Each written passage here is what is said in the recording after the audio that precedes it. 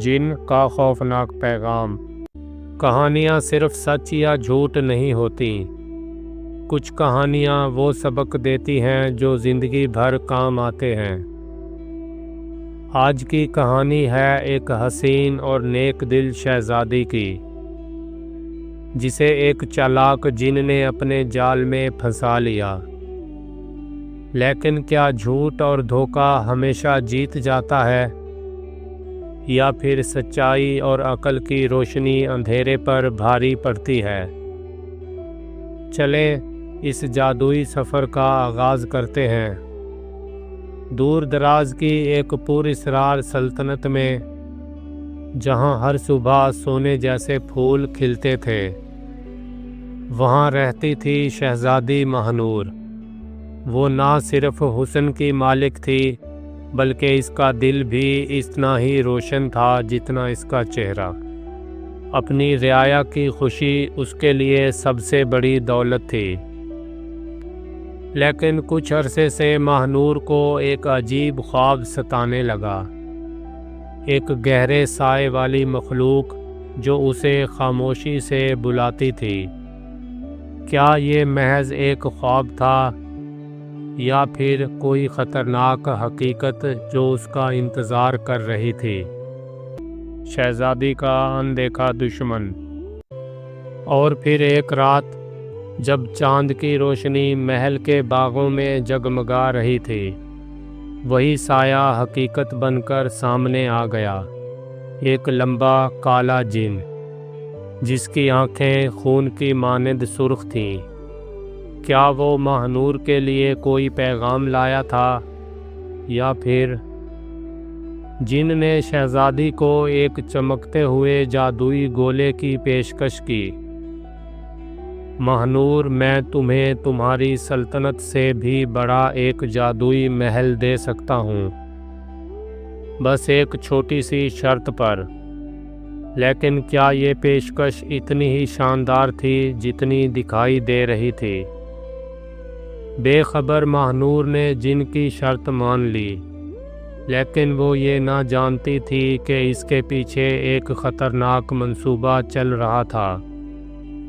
جن کے ہونٹوں پر ایک شیطانی مسکراہٹ تھی، اور اس کے پیچھے سے سیاہ دھواں اٹھ رہا تھا۔ اور پھر ایک ہی لمحے میں جن نے شہزادی کو ایک تاریک جادوئی محل میں قید کر لیا۔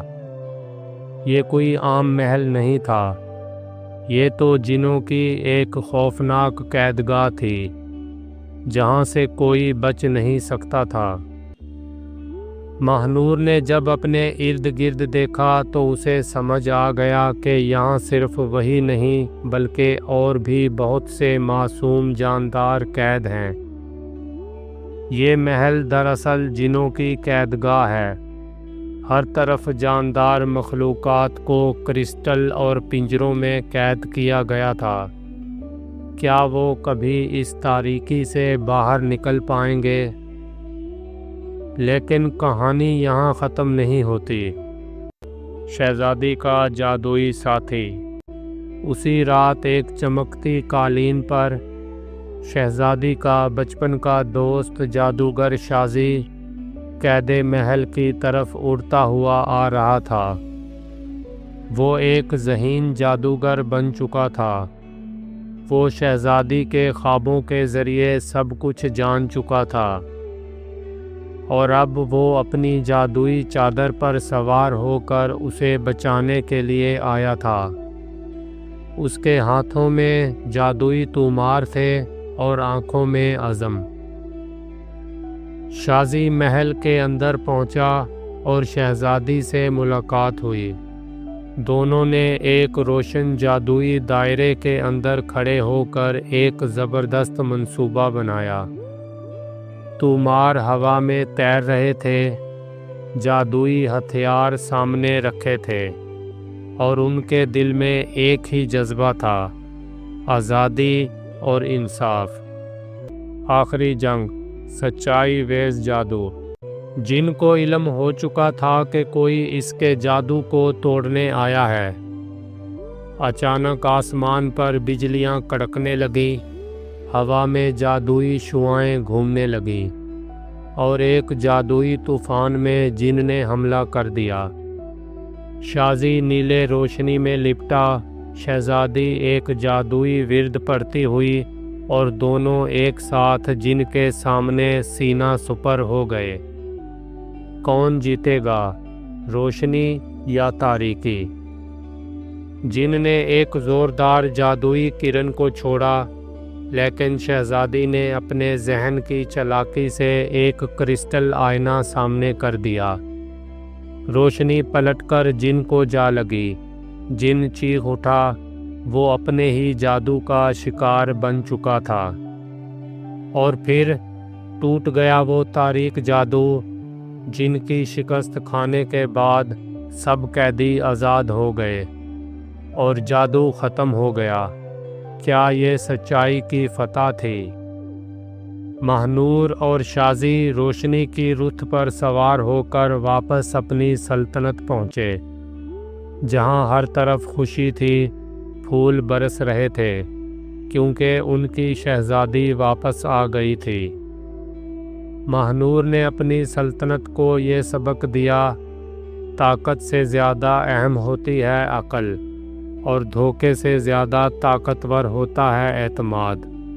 چند دن بعد ماہنور نے محل کے باغ میں بچوں کو اکٹھا کیا۔